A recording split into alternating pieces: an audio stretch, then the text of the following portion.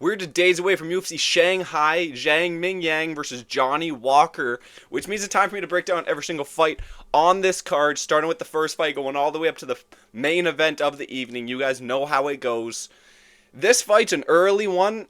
You know, it's in China. That's to be expected. 3 a.m. start time Eastern.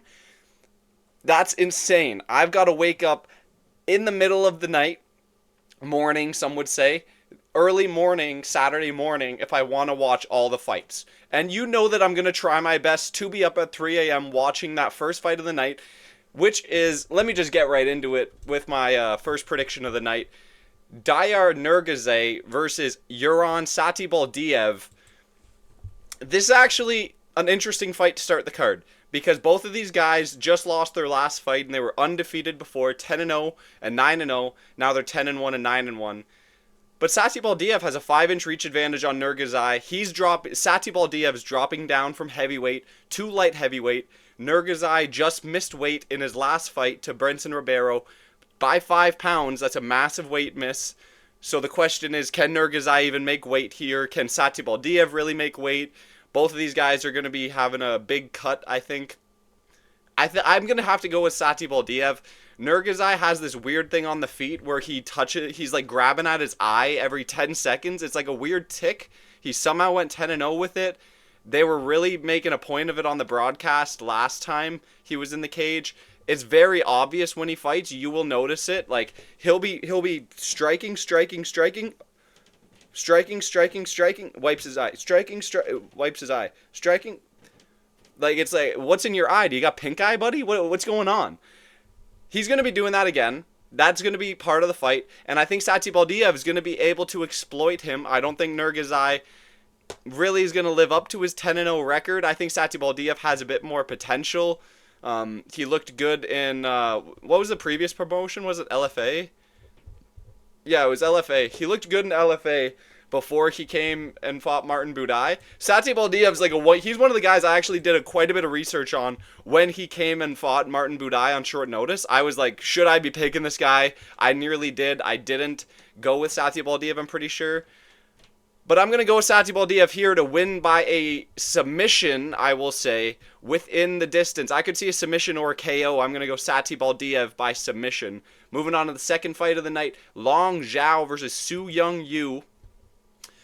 This is kind of a fun one. I mean, Rongzhu is coming off a knockout win over Quang Li, and Su Young Yu is more of a jiu-jitsu guy. But I will say his striking's underrated. He's good at getting in on opponents. Rongzhu is a 5-inch reach advantage, and Su Young Yu just figured out AJ Cunningham in his last fight, who had a 6-inch reach advantage, and I think Su Young Yu's going to figure out Rongzhu. I don't think Rongzhu is too... I don't know. I don't think he has too much potential, I'll say. He beat Quang Li. I don't really rate Quang Li that much. He lost to Chang Ho Lee in a close fight, but I think Su Young Yu is going to be able to take him down. That's going to be the difference maker. That was the difference maker in that Chang Ho Lee fight, if I remember correctly. He was just taking Rongzhu down, and I think Su Young Yu is going to be able to be competent on the feet, land nice low leg kicks. He's going to be able to make his way in range, and he's going to land a nice double leg and get the control time needed. He's going to win a decision over Rongzhu. Su Young Yu by decision is the pick. Moving on to the third fight of the night, you got Yihza versus Westin Wilson. This is interesting enough.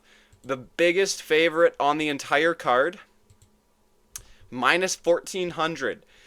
Before I go too much farther, if you guys haven't seen, I did a much longer breakdown of this entire card over on the Sparring Sessions podcast yesterday. That's also with Dax. So if you want to, my good friend Dax, MMA Roundup. So if you want to see a good hour-long prediction of this entire card where you see some back and forth between me and him, go watch that on the Sparring Sessions channel. I will link that in the description, but let me continue on here. Yihza versus Westin Wilson. Yihza, I think he's going to win this fight. I haven't been too impressed with him in the UFC, I'm going to say, but Gabriel Santos is a dog. Like, he's actually living up to be way better than I ever gave him credit for. But Yihza needs a good UFC win, I will say. He's lost both of his UFC fights so far. And Westin Wilson, this dude has been finished every way imaginable. You could knock him out. You could submit him. You could win a decision against him.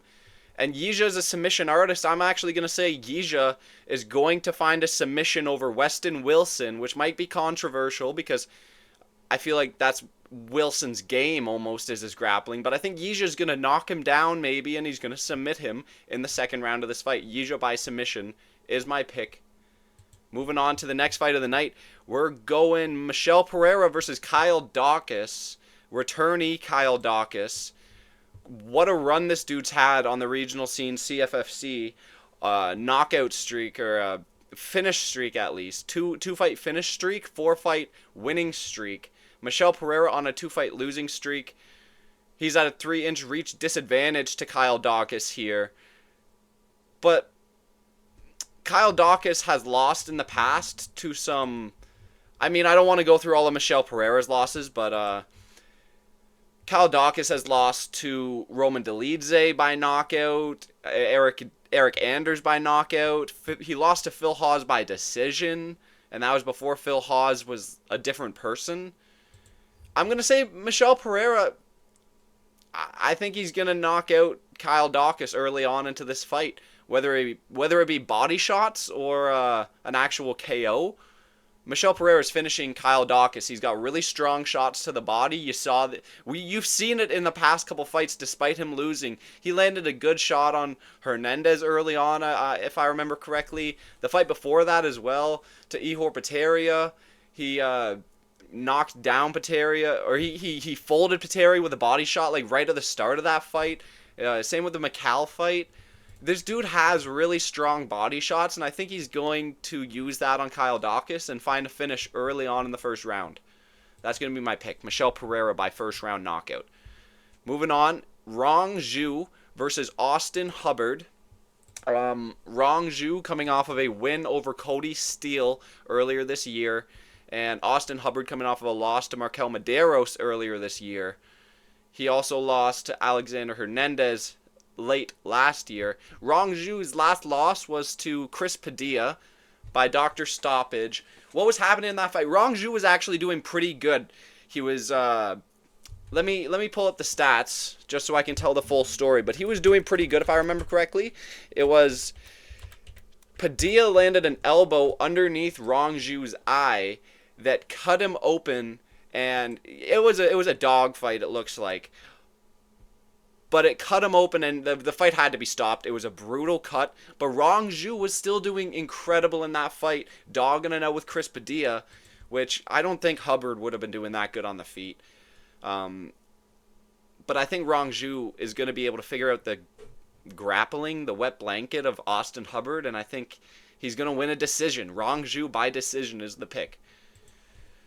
Moving on, Loner Kavanagh versus Charles Johnson. A scary fight for Loner Kavanagh. This is a step up in competition after he beat Felipe Dos Santos in his last one. Charles Johnson is a pretty good fighter. He's a pretty good fighter. He just lost to Ramazan Tamirov, which was a kind of a controversial fight. Like, Charles Johnson had a case for winning it. I'm not going to show you the stats for it, but he definitely had a argument of winning that fight, even though it was a unanimous loss. Charles Johnson was still really in that fight, and he could make it interesting on Loner Kavanagh. But usually, the guys that Charles Johnson is able to beat, he has a bit more than a 3-inch reach advantage, usually, like most of the time on these guys. He had a 6-inch reach advantage on Joshua Van, I'm pretty sure, and that's substantial. 3 inches is not that substantial. I think Loner Kavanagh is going to be mixing up takedowns as well, and that could be an issue for Charles Johnson. And I like going with Loner Kavanagh a bit more in this position than I like going with Charles Johnson. So that's going to be the pick. I'm going to go with Loner Kavanagh by a decision. I think it's going late. I don't see a finish. Charles Johnson is pretty resilient. He's been knocked down a few times, so maybe Kavanagh lands like a crazy something or other and gets Charles Johnson out of there, but usually he's shown a pretty good chin. So yeah, I'm going to say Loner Kavanagh wins a decision, most likely. That's going to be the pick. And I think that brings us on to a last fight on the prelims, Mahashate versus Gage Young. And in my opinion, this is the hardest fight on the entire card to predict. I think this is the hardest fight on the entire card to predict. Pretty close on the betting lines. And I just don't know which way to go here. Both of these guys are in interesting positions where Mahashate, he just lost what was supposed to be a layup. I mean, I don't want to say layup or anything, but the odds makers had him the favorite against Nicolas Mata, as you would, right? Nicolas Mata looked incredible in that fight, fought for his contract and won. And I've never really given Mahashate much credit, even though Gage Young came in on short notice against Evan Elder, which was unfortunate, and he did look good against Evan Elder despite losing. I'm going to go with Gage Young, guys. I'm going to go with Gage Young. I did still like how he looked despite losing in that last fight there. What is on my screen? And, like, Quinlan Salkild took him down 9 times on Contender Series and beat him that way. So maybe I would have picked Mahashate if I had a lick of confidence that he'd even shoot a takedown. I could confidently tell you that he's not going to shoot a takedown. He's shot 0 takedowns, landed 0 takedowns his entire time in the UFC since 2021. Why would he start now against Gage Young? I'm going to say Gage Young wins this fight on the feet and wins a decision against Mahashate. I think Gage Young is going to get his first win in the UFC, and that's going to be the pick. Gage Young by decision. Moving on to the main card. Let's try this one out. Taiyilake Nueraji versus Kiefer Crosbie. I nearly messed that one up. Taiyilake Nueraji versus Kiefer Crosbie. I listened to the one fight that Taiyilake had against Wei Kang back in like 2023 or Kang Wei. I don't know which way it goes, but he didn't look terrible. You know, he took some good shots from that Wei Kang dude, and he ended up finishing him in the 3rd round against the fence. Kiefer Crosbie, he has that UFC experience for sure, but he's not a prospect like Nueraji is, and Nueraji is at a 7-inch reach advantage, 6.5-inch reach advantage over Kiefer Crosbie. 3 inches of height above him. He's going to look like a bigger dude. Kiefer Crosbie is kind of fighting for his contract, so it's always worrisome for me when I'm picking against a guy like Kiefer Crosbie who has the UFC experience and is fighting a guy like Nueraji who's coming into the company trying to earn his keep. But I'm going to go with Nueraji. I think this dude's vicious, and I think he's putting out Kiefer Crosbie. He's been knocked out before. He's been submitted before, and he's lost by DQ. But I think Nueraji's going to finish him in the 1st or 2nd round by knockout. That's going to be the pick. Moving on to the second fight on the main card, Sumadaerji versus Kevin Borjas. And listen, Kevin Borjas, man, people forget, man, this dude, he made Lazy Boy look like a little boy. I mean, more than Ode Osborne did, but he looked really good against Ronaldo Rodriguez in his last fight. Sumadaerji looked really good against Mitch Raposo in his last fight. Landed some good takedown. I mean, Mitch Raposo actually was doing better on the feet, and Sumadaerji was kind of taking him down quite a bit. I think that's how it went. I'm pretty sure that's how it went. I don't care enough to look, but he's at a 4-inch reach advantage over Kevin Borjas, and I'm still gonna go with Kevin Borjas though. His striking just looked leveled up in his last fight. It looks like he's hit a different part of his career. He's taking it really seriously now, and I think he's going to either finish Sumadaerji by knockout or beat him up to a decision.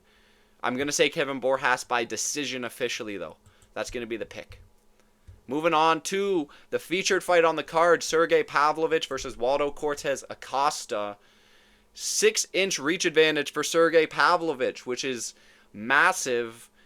Tom Aspinall also had a reach advantage on him and Tom Aspinall had a 6-inch reach disadvantage on Sergei Pavlovich and beat Sergei Pavlovich, obviously. And Volkov had a 4-inch reach disadvantage and beat Pavlovich as well. But the question here really is for me, They could have a good fight on the feet. I could see Waldo winning on the feet in this stage in 2025. I don't think that's a crazy thing to say. Waldo's striking has looked improved in his last few fights, and Pavlovich, he looks scared on the feet since he suffered a knockout and then got beat up on the feet by Alexander Volkov. He looks like a different fighter now. He doesn't really want to engage on the feet. He's shooting takedowns on Rosenstrike, and it's almost like he's avoiding danger in moments, but I think he's being a smarter fighter. And I think Pavlovich is more likely to shoot takedowns in this fight and make it to the ground and get on top of Waldo Cortes Acosta. And listen, I know it's not going to be a fun watch if I'm right about this, but I think Pavlovich is going to end the second round with a takedown. If it gets dicey, he's going to shoot it in that second round, and then third round he's going to shoot as well. Waldo could win the first. Waldo could win the first round, but Sergei's coming back stronger in that second. He's finding a takedown, and he's going to lay on top of Waldo Cortes Acosta, and Sergei Pavlovich will win a decision. That's going to be my pick. Let me know what you think of that one. Moving on to the co-main, Brian Ortega versus Aljamain Sterling. 5-round fight here. I did not know this was a 5-round fight until I was on the podcast yesterday talking to Dax. So thank you for telling me it was a 5-rounder, because I would have assumed this was a 3-rounder, to be honest. And in a 3-rounder, I think Aljamain wins handily, using his grappling, and I think Brian Ortega is done in this stage of his career. I will not pick Brian Ortega against a guy like Aljamain Sterling, who I've given flack to in the past. You know, I have talked my fair share of shit to Aljamain Sterling. But he looked good against Movsar Evloev despite losing, and he looked really good against Calvin Kattar, even though Calvin Kattar's probably done now.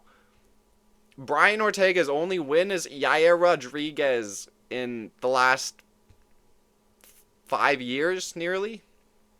And Yair completely fumbled a finish and just bitched out of that fight. I don't see Aljamain doing that, and Brian Ortega's not going to exploit Aljamain on the ground. I don't see that happening.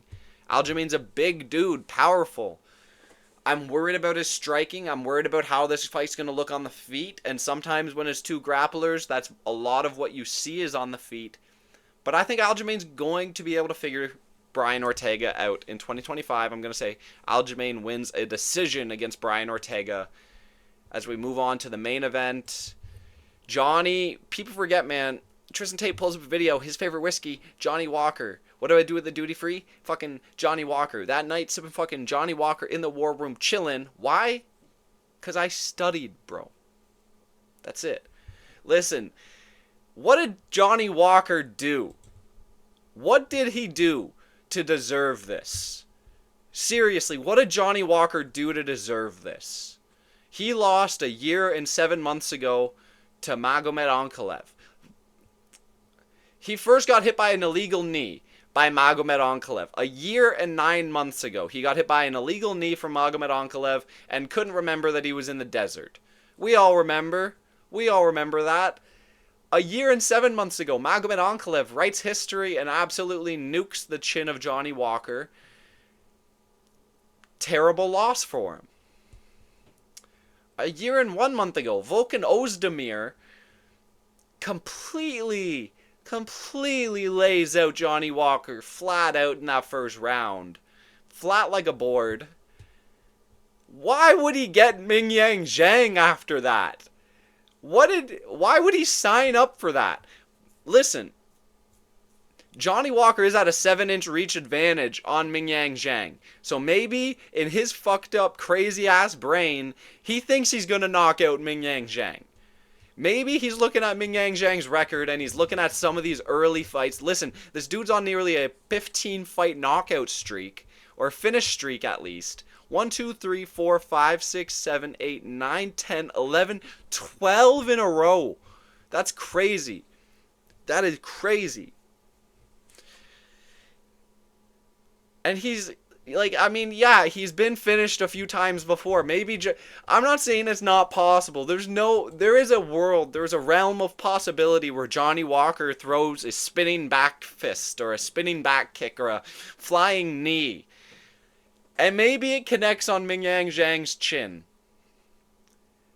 Johnny Walker's rolling the dice. That 1 in 10,000 chance that he wins this fight. He really signed that contract. He believes in himself enough. But I'm gonna go with Mingyang Zhang in this position here. I think Mingyang Zhang's gonna absolutely obliterate Johnny Walker. Johnny Walker's been knocked out a bunch of times at this stage in his career. I don't know why he's still fighting knockout punchers at light heavyweight. I think he should move up to heavyweight if he's gonna do anything with his career. He's got to move up to heavyweight, and I get it. Like, his brother's also there right now. But they could probably avoid each other in the rankings in the fights. I think maybe it'll be better off for Johnny Walker for the few fights left that he has. I think. But listen, this dude's been knocked out 6 times already in his entire career, and Mingyang Zhang, this dude, he's just undeniable.